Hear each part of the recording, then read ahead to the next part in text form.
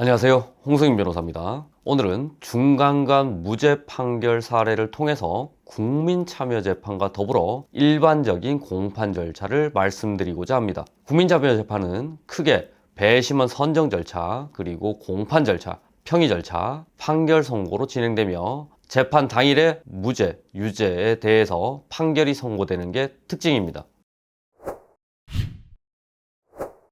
먼저 배심원 선정 절차에 대해서 알아보면 보통은 수십 명의 배심원들이 선정되어서 재판 당일날 출석을 하시게 됩니다. 그 중에서 배심원들을 선정하는 절차를 따로 거치게 됩니다. 그런데 만약에 검사 입장에서 검사한테 불리한 배심원이 선정됐다라고 하면 그 배심원에 대해서 기피를 하게 됩니다. 그리고 변호인인 저희 입장에서도 만약에 우리 의뢰인한테 불리한 배심원이 선정됐다라고 하면 그 배심원에 대해서 역시 기피 신청을 할 수가 있습니다. 그런데 이렇게 배심원을 누구를 선정할 것이냐에 대해서는 먼저 질문을 해서 그 배심원의 성향이라든지 그 배심원의 입장, 태도 이런 것들을 충분히 골라내야 될 필요가 있습니다.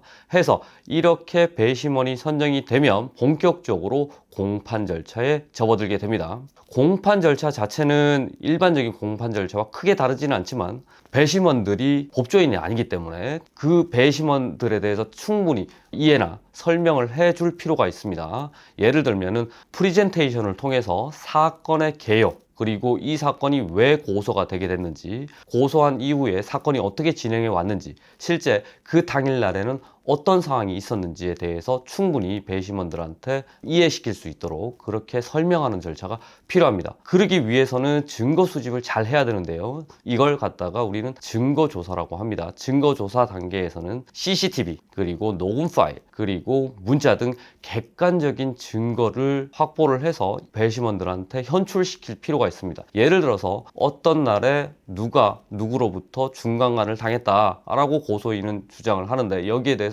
사실은 그렇지 않다. 우리는 합의하에 성관계를 가진 게 다일 뿐이다. 그렇게 본다면 모텔에 들어가기 전의 상황, 그리고 모텔에 들어갔을 때의 상황, 모텔을 나온 이후의 상황, 이런 상황에 대해서는 CCTV가 곳곳에 있을 거기 때문에 그걸 확보하는 게 중요합니다. 만일에 어떤 고소를 우리가 당했다라고 하면 그 조사기관, 수사기관인 경찰에 가서 사실은 우리는 합의하에 성관계를 했어요. 그렇기 때문에 보다 철저한 증거조사를 해주세요. 증거 수집을 해주세요. 라고 요청할 수 있습니다. 우리가 거쳐간 동선이 편의점, 술집, 모텔, 그리고 모텔을 나온 다음에는 커피숍까지 갔다 라고 예를 들자면 그곳에 있는 CCTV를 모두 확보해 주세요 라고 요청할 수 있다는 의미입니다. 그런데 CCTV라는 게 한 10일 정도가 지나가게 되면 다 삭제가 되는 곳들이 많습니다. 그렇기 때문에 수사기관에서 재빠르게 이걸 확보하지 않는다면 없어질 우려가 있습니다. 그렇기 때문에 우리는 증거보전 신청이란 제도를 통해 가지고 증거를 확보할 수도 있습니다.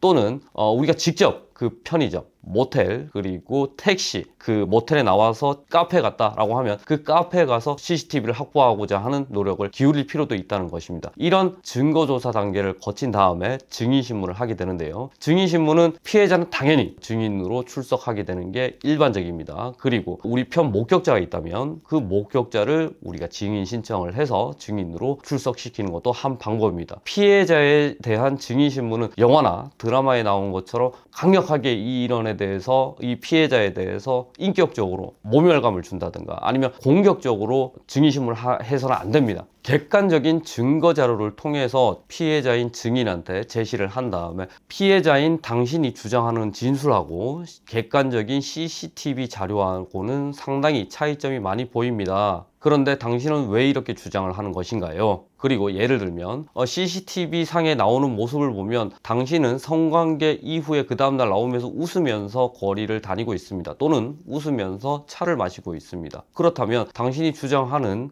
중간간을 당했다는 피해자의 모습하고는 상당히 거리가 있는데 이 부분에 대해서는 어떻게 설명할 것인가요? 이런 식으로 해서 객관적인 증거 자료를 통해서 현출시키는 것들이 필요합니다. 물론 CCTV뿐만 아니라 그 다음날 나눈 문자 메시지나 카카오톡 내용, 녹음 파일 등이 있으면 더더욱 좋겠죠. 이런 식으로 해서 증인신문 절차가 끝마쳐지게 되는 것입니다. 그리고 난 다음에 검사가 최종 구형을 하고요.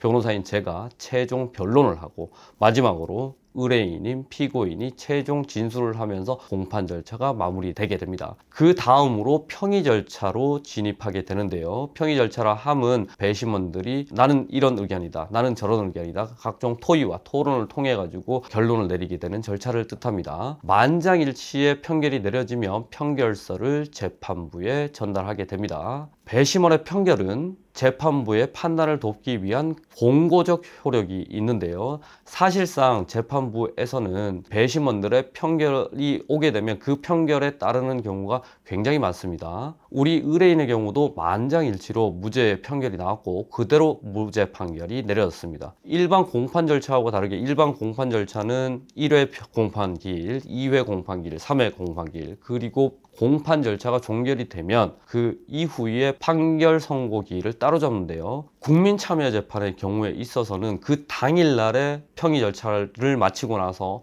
판결까지 함께 내려지게 됩니다. 그래서 실질적으로는 하루 종일 국민참여재판을 하고 나서 밤이 돼서야 판결까지 선고되는 그런 절차로 마무리되게 되는 것입니다. 만약에 배심원들이 유죄 판결을 내리게 된 경우에 있어서는 강간이나 중강간의 사건의 경우에 있어서 상당히 높은 형량을 주는 경우가 많습니다. 그래서 위험성이 있는 게 사실인데요. 물론 국민참여재판이 일반 재판보다는 무죄 비율이 훨씬 높은 것도 사실입니다. 그래서 여러분들께서는 수사 단계에서부터 변호인의 조력을 받는 게 좋고 그 이후에 기소까지 되게 된다면 국민참여재판을 적극적으로 고려할 필요가 있음을 말씀드리겠습니다. 이상입니다.